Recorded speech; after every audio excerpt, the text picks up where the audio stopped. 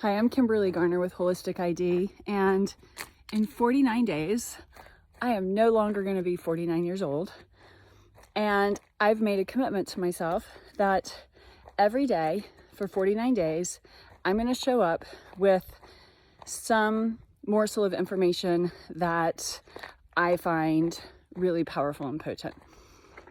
So today, day 49 of the countdown, I want to speak to desire.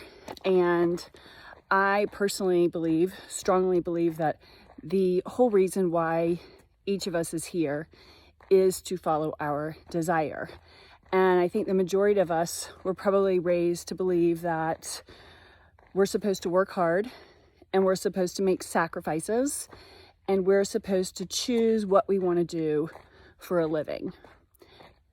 Even if that thing we do for a living is causing our spirit to die on the inside or shrivel or be marginalized. And so it's imperative to who we are and to our human spirit, to our passion for life and our enthusiasm. It's critical that we follow our desire. And we don't doubt what we want.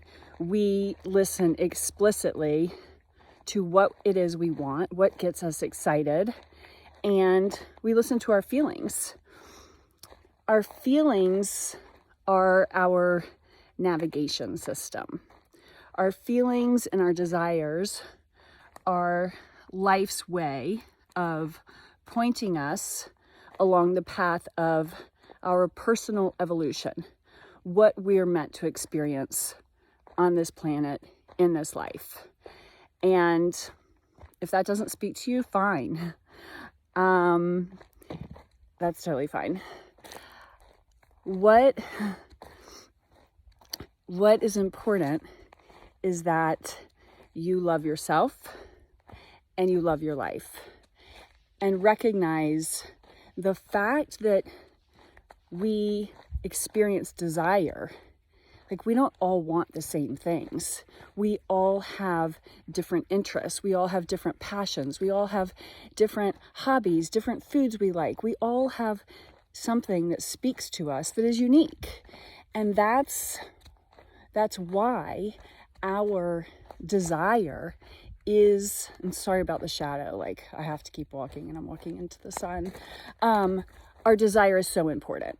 So what if, and this happens to so many and it happened to me, like what if you forget what you desire? What if you spent the last 10, 15, 20 years being a parent and cultivating and nurturing your kids' interests, your kids' lives, your kids' safety, and you sidelined your own interests and you don't even know what you want right now? It's totally okay. Because a lot of times we have to work backwards. We have to look at what we don't want. And so if you take an inverse approach to what you want, like that's totally fine. Like, what do you not like? What drives you crazy? What do you know you don't want? There's still information there. You still have feelings. Like, what are things you enjoy? What are things that you're naturally good at? A wise person once said to me, you want to marry what you're good at with what you enjoy. And I think that's really beautiful, because a lot of times it's easier for us to like think about what people tell us we're good at, and then we can think about what we like even if it's just doodling or walking in the woods, whatever, like just find that thing that you enjoy doing. Do the things you like to do, and it will come. The other thing is we have to be willing to make space in our life. Yes, we want to make space for what we enjoy, but we also, if we don't know what it is we want, if we've been ignoring ourselves for years and years and years, and we don't even know what we want, no matter what, make space in your life. If you were going to buy a journal, or if you were going to get a journal, or if you wanted to start journaling, you wouldn't get an old journal or used journal. to start writing in, right? You wouldn't fill in the margins and all the blank spaces that you could find. You're going to buy or get yourself somehow a journal that's blank. If you are going to paint something, you're not going to buy a painting and paint around what's already on the canvas. If you're going to journal, you're going to get a blank journal.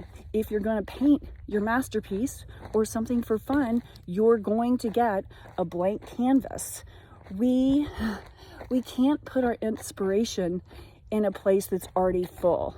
Inspiration isn't going to come if we don't make space for it. And so it's really important that we make space in our life. Either make space in your life for more of what you want, but even more importantly, or equally importantly, is make space in your life for something to come. If our day is full, there's no space for our mental process. There's no space for us to consider new perspectives or for information to come. And so if our life and our mind is so jam-packed and we don't allow space, it's just a recipe for a train wreck. There's no peace in that. So just as you would, if you were going to rearrange a room, or if you were going to lay out your living room, it wouldn't be jam-packed. It wouldn't be, unless you're a hoarder, right? And then that's another whole topic. But when you're in a space that feels really good, when you're in a room that feels really good, there's space. There's space visually, right? There's the negative space, which makes everything else look and feel better. And that's the same with our internal life. We need to allow space in our day to take in the rest of the internal environment. So there's balance, and that's going into another whole subject that we will jump into another time. But the main thing I want to say here is take your desire seriously. Take your feelings to heart. Our desire and our feelings and our imagination and our thoughts and our choices, no matter how well we're resourced or not resourced in our life, our desire, our feelings, our thoughts, our choices, and our imagination, this is where we invest our life. This is where the magic of our life lives. And all of this is within our control. It's within our choice. Okay? So listen to your desire. Do not doubt your desire. You have a desire for a reason, and that reason is you in this life. So take your desires to heart. Listen to your feelings. Your feelings are your navigation system. Follow what feels good. Get curious about what doesn't. We'll talk about discomfort another time. There's a lot to say about that. Follow what feels good. Get curious about what doesn't. Have a great day. Love yourself up, and we'll see you tomorrow.